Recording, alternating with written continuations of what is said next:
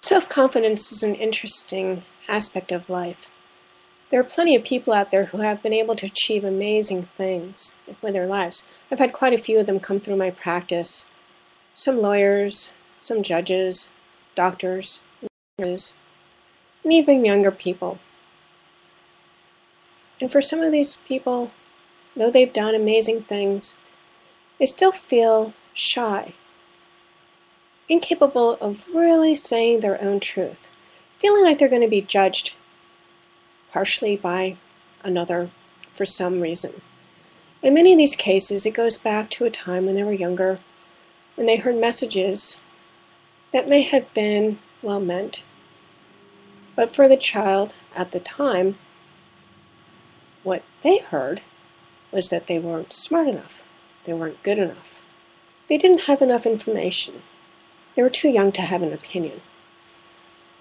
Well, I'm here to tell you that the best way to raise your self-confidence, to allow yourself to know that given all of your accomplishments, all the wisdoms that you've gleaned over your years, you have much to give to other people, so long as you are willing to open your mouth and give your opinion.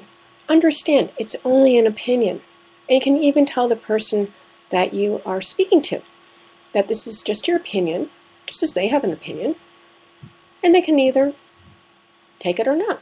It doesn't really matter. It just allows you to be in an even keel with the other person with whom you're talking. The other thing that I would like to bring up in this idea of self-confidence, and something I've come across a couple of times with a couple of my clients, is that they didn't really even realize it at the time.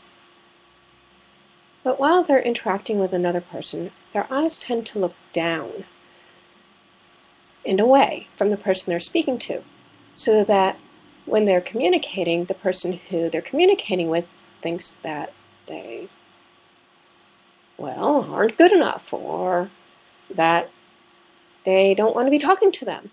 When really what it's all about, truthfully, is shyness. They have a little social anxiety.